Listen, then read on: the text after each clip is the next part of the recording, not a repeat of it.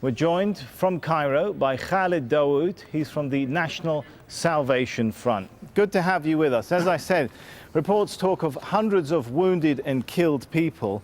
Can you still really defend the military intervention at this point? Well, first of all, Sami, just to get things straight, we don't think that the military intervened. It was a response to the will of the Egyptian people who came out on June 30 and demanding that President Morsi's rule come to an end and we get new presidential elections. Unfortunately, putting the history aside, Khaled, I guess my question is, do you think the army used excessive force today or not? We condemned the use of violence by all parties. We demanded a clear investigation on what happened to reach some conclusions. Just watched the news conference of the military spokesman. He spoke of clear provocation and attempt to attack the military installation, which is the headquarters of the Republican Guard. He noted, from his perspective at least, that but I want to know your perspective, Khaled. I know what the military generals have been saying.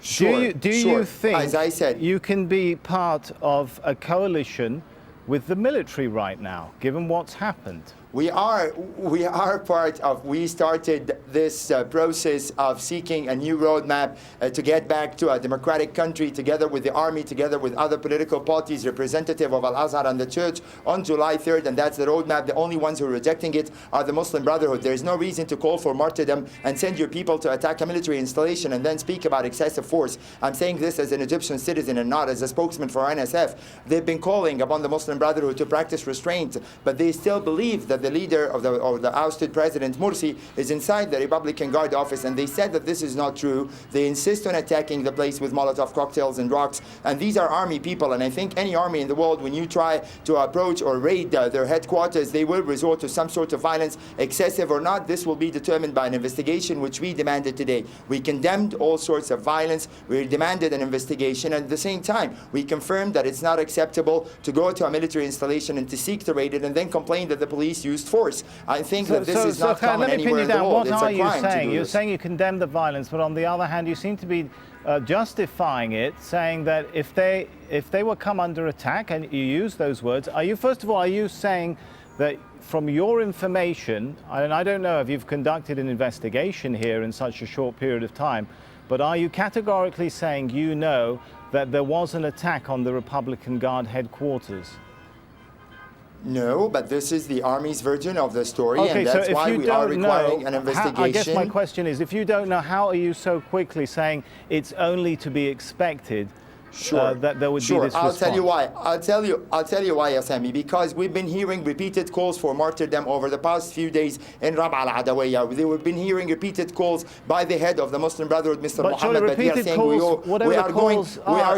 we are going to sacrifice our blood for Morsi. No. I'm just saying that the Muslim Brotherhood are pushing the country towards civil war by insisting on trying to attack a military installation. We've seen this happening on Friday, and it's not the first time. The army has been trying to practice restraint, as far as I know, even as a person who goes around observing the situation. Allow me to intervene. There you go again. I just asked you a second ago, are you saying categorically, you know there was an attack on the Republican Guard? You said no, and now you said again that the Muslim Brotherhood tried to attack the Republican Guard.